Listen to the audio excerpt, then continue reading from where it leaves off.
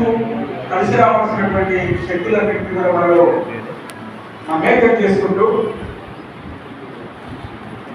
ఉద్యమాన్ని తిరిగి పునర్నిర్మాణం చేసుకొని పాలక వర్గాలు వ్యవసాయంలో వస్తున్నటువంటి ఒక దుర్మార్గమైనటువంటి చట్టాలు వ్యవసాయ రంగాన్ని మొత్తం కూడా కాపాడుకునేటువంటి విధంగా ఒక బలమైనటువంటి రైతు కూలి ఉద్యమాన్ని నిర్మించాల్సినటువంటి అవసరం మన ముందుంది.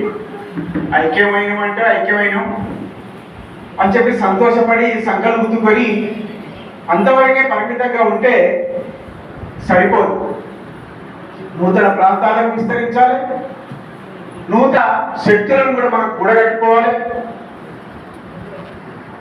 ఈ వ్యవస్థ మీద మనమంతా తిరుగుబాటు చేయాల్సినటువంటి అవసరం ఉంది. అట్లా మొత్తం దేశమే మొత్తం సంక్షోభంలో ఉన్నటువంటి పరిస్థితి. అనేక రంగాలు కూడా ప్రైవేటు వ్యక్తులకు దారాదత్తం చేసేటువంటి స్థితి ఉన్నది. దానికంటే ముఖ్యమైనటువంటి భారతదేశంలో ఉన్నటువంటి రంగం వ్యవసాయక రంగం. ఇది 160% పైగా వ్యవసాయం మీదనే జీవనం కొనసాగిస్తున్నటువంటి దేశం, వెనుకబడినటువంటి దేశం. నాగరికత రీత్యా, సంస్కృతి రీత్యా, సాంఘికంగా ఇంకా చాలా వెనుకబడినటువంటి ప్రాంతాలు మన భారతదేశంలో ఉన్నాయి. భారతదేశం అంటే ఒక ప్రపంచ సంగ్రహ స్వరూపం. భారతదేశంలో ఉన్నటువంటి మతాలు, కులాలు, జాతులు, నాగరికతలు, కట్టుబాట్లు, వెనుకబాటుతనాలు మరే దేశంలో కనిపించవు మనకు. అట్లా ఇక్కడ ఉన్నటువంటి ప్రజలంతా కూడా వెనుకబాటుతనంతో ఇలా మొత్తం అనగారిపోతున్నటువంటి పరిస్థితి మన భారతదేశంలో ఉంది.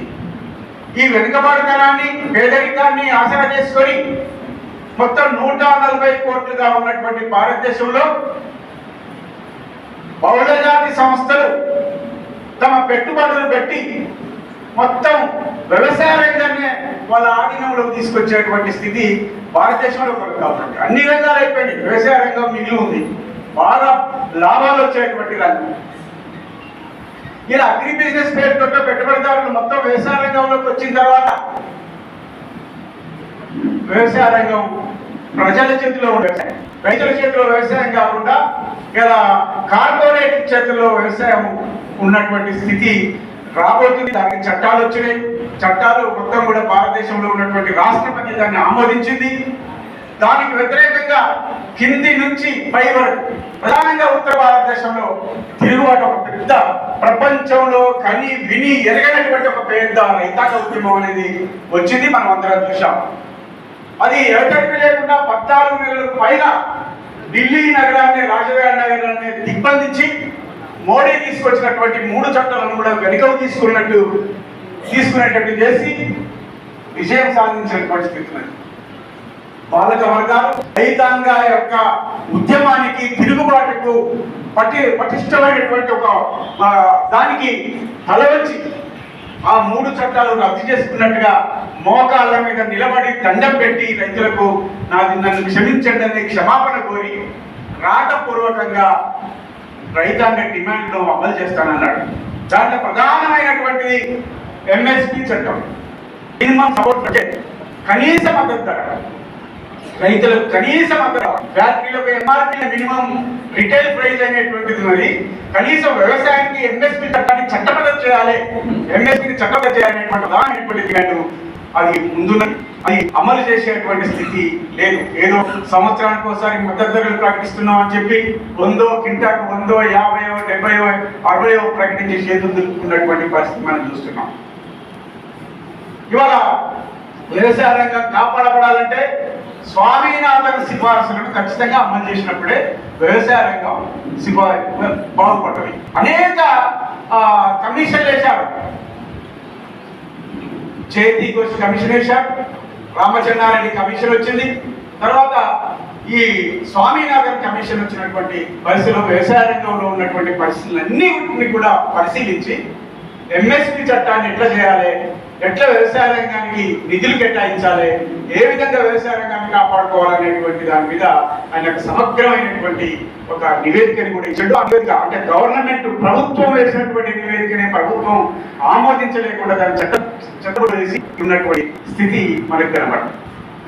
ఇవాళ ఏ ప్రభుత్వమైనా గతంలో ప్రభుత్వాలు కానీ మొత్తం ఇప్పుడు ఏదున్నటువంటి బీజేపీ గవర్నమెంట్ కానీ అమలు చేసేటువంటి స్థితి లేదు. అదే కాకుండా మొత్తం భారతదేశంలో ఉన్నటువంటి అడవిలో ఉన్నటువంటి ఖనిజ సంపద మొత్తంగా బావలేద సంస్థలు కట్టబెట్టేటువంటి స్థితి ఇవాళ ఉంది.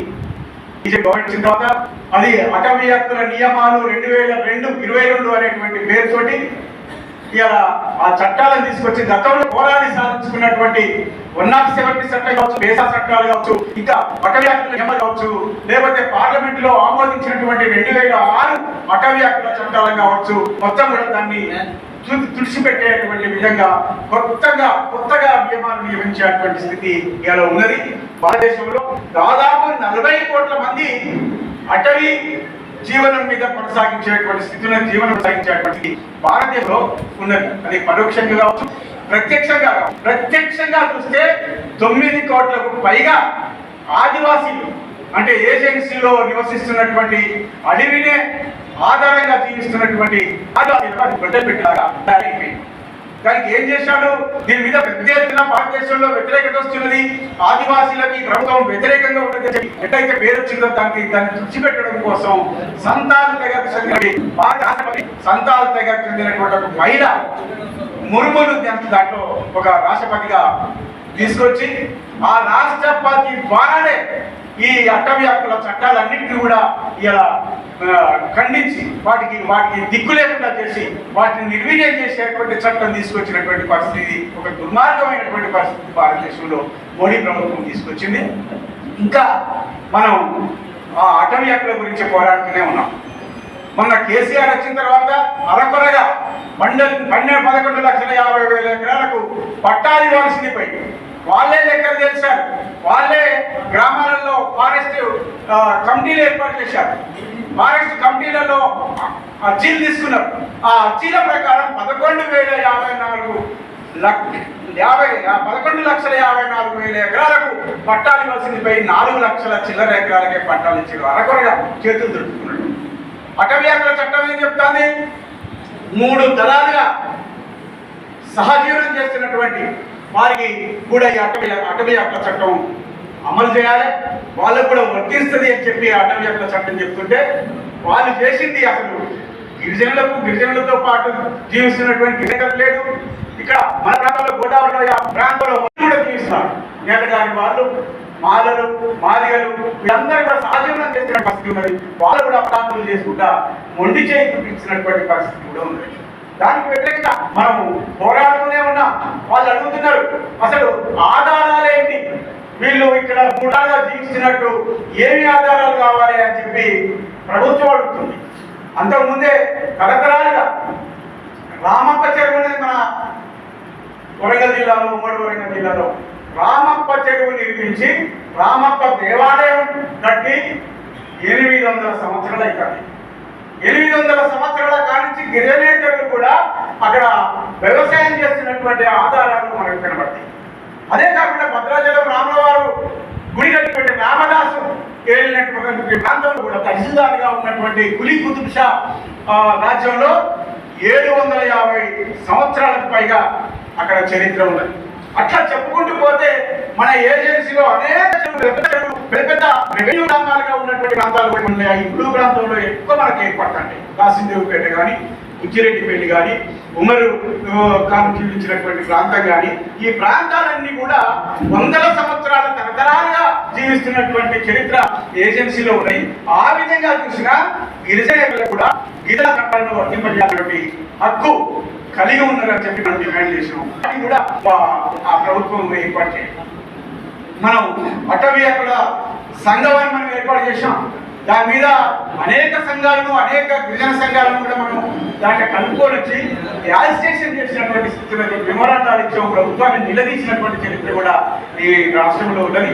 అయినా కానీ కేసీఆర్ కానీ ఇప్పటికీ గవర్నమెంట్ కూడా వాళ్ళ ఎన్నికల ప్రణాళికలో ఓడిపో అవకాశం మేము అధికారంలోకి వచ్చిన తర్వాత హక్కుపత్రాలు ఇస్తామని చెప్పి వాటిని కూడా ఇలా అమలు చేసేటువంటి స్థితిలో 6 గ్యారెంటీలతో పాటు అటవీ హక్కులు కూడా కల్పిస్తామనేటువంటి వాగ్దానాన్ని కూడా ఇలా కాంగ్రెస్ గవర్నమెంట్ చేస్తారు. అదేవిధంగా ఇలా ప్రజాస్వామిక హక్కులను కాపాడతాం, ప్రజాస్వామిక హక్కులు కాపాడే కానీ మన దేశంలో కేసీఆర్ ఏ విధంగా రాత్రులలో తీసుకొని ఇప్పటికే కూడా తీసుకుపోయి అరెస్ట్ చేసి పోలీస్ స్టేషన్ నుంచి బంధించేటువంటి మన ఛత్తీస్గఢ్ అనుకున్నటువంటి వస్త్రాపేట ములుగు హిందూ ప్రాంతాల్లో ఎన్నికలు జరుగుతున్నాయి. ఇలా రేవంత్ రెడ్డి వచ్చిన తర్వాత ఎన్కౌంటర్ జరిగింది మన బార్డర్లో. అంతకుముందు మన ఈ భద్రాచలం ప్రాంతంలో కూడా 2 ఎన్కౌంటర్లు జరిగాయి. దాని ప్రజాస్వామిక హక్కులు ఇంకా గుర్తుకు రావట్లేదా కాబట్టి అర్థం చేసుకోవాల్సినటువంటి అవసరం ఉన్నది. ఈ 11 పార్టీలన్నీ కూడా ఎన్ని వాగ్దానాలు ఇచ్చినా అవి మొసలి కన్నీరు కాల్చడమే అయితే తప్ప లేకపోతే వాటిని అమలు చేసేటువంటి స్థితి పాలక వర్గాలకు ఉండదనేది మనం అర్థం చేసుకోవాలి. అదేవిధంగా ఇవాళ వ్యవసాయాన్ని మొత్తం కూడా కార్పొరేటీకరణ చేయడం కోసం ఇలా ప్రయత్నాలు ఉన్నాయి. మన దగ్గర అపరాలు, నూనె గింజలు అనేక వేల ఎకరాలలో లక్షల అవసరాలకు తగ్గట్టు పండించేటువంటి స్థితి ఉన్నది. ఇవాళ మొత్తం యూరప్ అంతా మనం నూనెను దిగుమతి చేసుకుంటున్నాం. అదే కాకుండా ఇక్కడ పామాయిల్ తోట కూడా మొత్తం గ్రీన్ గా పామాయిల్ తోటలు పెట్టి పామాయిల్ ఉత్పత్తి చేసే కంపెనీలకు ఇలా దోహదం చేస్తున్నాం. దానికి ఊదలు ఇచ్చేటువంటి స్థితి ఉన్నది. ఇలా పామాయిల్ పండితే పెద్ద ఫ్యాక్టరీ పెడితే వాడికి వేల ఎకరాలలో పామాయిల్ పంట అవసరం. ఉత్పత్తి చేసేటువంటి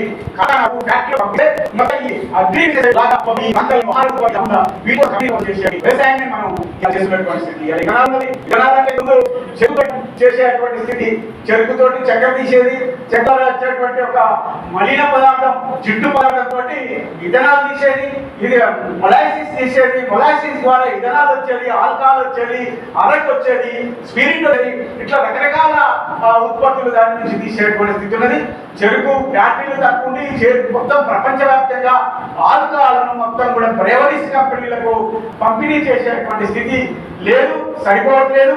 అందుకోసం భారతదేశం వ్యవసాయ దేశం, వరి ఎక్కువ పండించేటువంటి దేశం కాబట్టి ఇక్కడ వరి పంట ద్వారా ఇలా ఇథనాల్ అనేటువంటి దాన్ని ఉత్పత్తి చేయొచ్చు.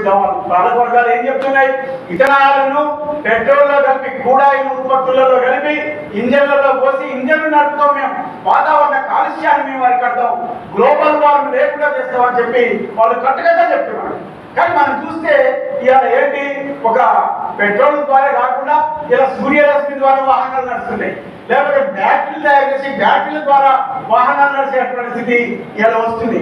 అదే కాకుండా మన రైల్వే వ్యవస్థ మొత్తం కూడా మొత్తం కరెంట్ తోటి మొత్తం విద్యుత్ తోటి నడిచేటువంటి స్థితి వస్తుంది. కానీ ఇథనాలు పెట్రోల్లో కలిపి వాహనాలను నడిపేటువంటి మాట శుద్ధ ప్రపంచవ్యాప్తంగా ఇలా బ్రేవరీ కంపెనీలో ఇలా బ్రాండీ తయారు చేయాలి, విస్కీ తయారు చేయాలి, రమ్ము తయారు చేయాలి, జిన్ను తయారు చేయాలి, బీరు తయారు చేయాలి అంటే ఇలా వ్యవసాయ ఉత్పత్తుల ద్వారానే కావాలి. మొక్కజొన్న, బార్లీ లాంటి ఉత్పత్తులు, వ్యవసాయ ఉత్పత్తులు, మొక్కజొన్న లాంటి ఉత్పత్తులు, లేకపోతే ఇలా బియ్యం లాంటి ఉత్పత్తులు కూడా చేసి ఇలా ఇతరాలు తయారు చేసి వాళ్ళ పప్పం కట్టుకోవడం కోసం ఇలా రాష్ట్రంలో అనేక కంపెనీలు కూడా ఇలా ఏర్పాటు చేసినటువంటి స్థితి ఉన్నది. దానికి వ్యతిరేకంగా కూడా పోరాటం ఇలా చిత్తనూరులో ఇథనాల్ కంపెనీ వ్యతిరేకంగా పెద్ద ఎత్తున ఆందోళన జరుగుతుంది. అదే కాకుండా దిలావర్పూర్ అనేటువంటి గ్రామంలో కూడా మా దగ్గర ఇథనాల్ కంపెనీ వద్దు అని చెప్పి వాళ్ళు ఆందోళన చేసి నిర్మించుకున్నటువంటి స్థితి ఇలా కొనసాగింది. ఇంకో గ్రామం కూడా పండితాపురం ఏదో గ్రామంలో కూడా ఇథనాల్ కంపెనీ వద్దు అని చెప్పి ఆందోళన చేస్తుంది.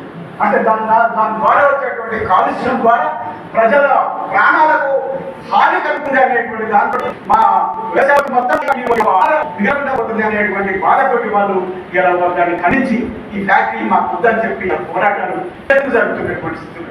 మొత్తం లగచల అభివృద్ధి పేరుతోటి మొత్తం కారిడార్ ఇండస్ట్రియల్ మొత్తం మెడికల్ ఇండస్ట్రీ అనేటువంటి మొత్తం వ్యవసాయ